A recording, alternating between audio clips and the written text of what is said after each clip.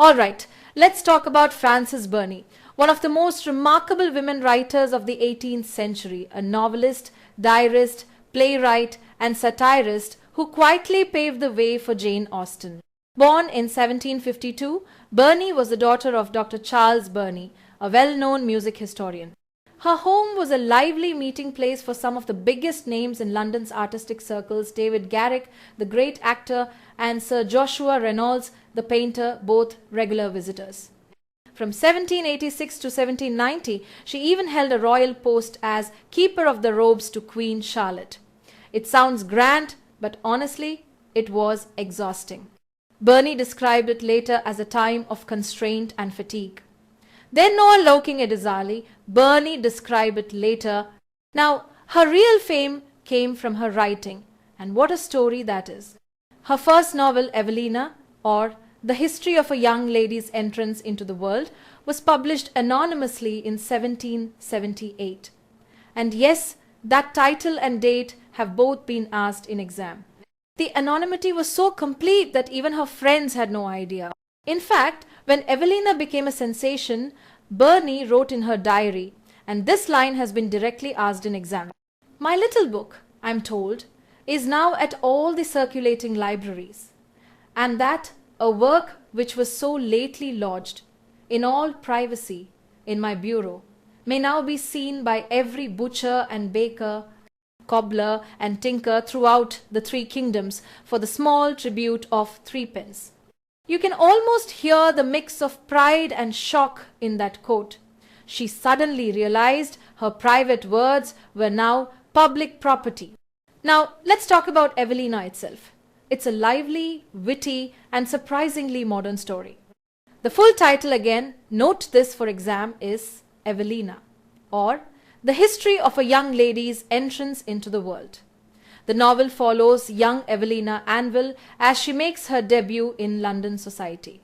Reverend Villiers, her guardian, sends her there, hoping she'll learn how to navigate polite society, though she ends up meeting a world full of vanity, arrogance, and pretension.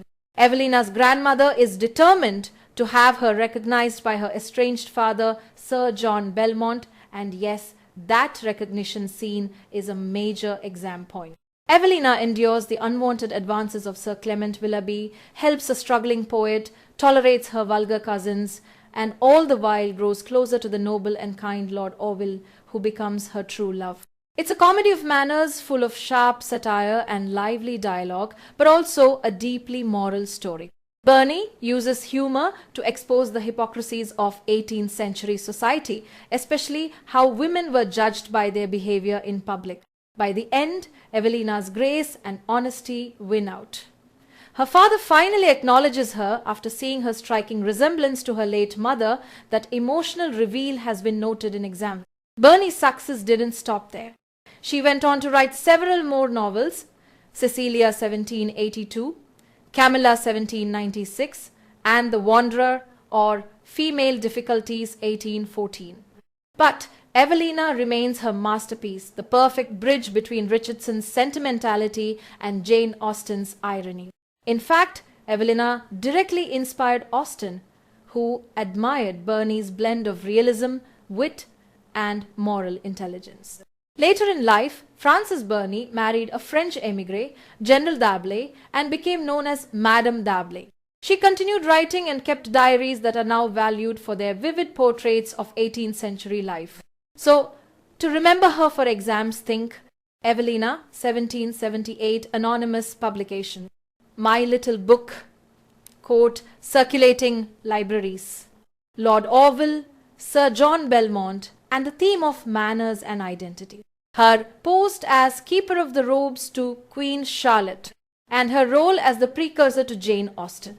Frances Burney's Evelina opened the door for every woman novelist who followed, turning a young lady's entrance into the world into a permanent entrance into English literature.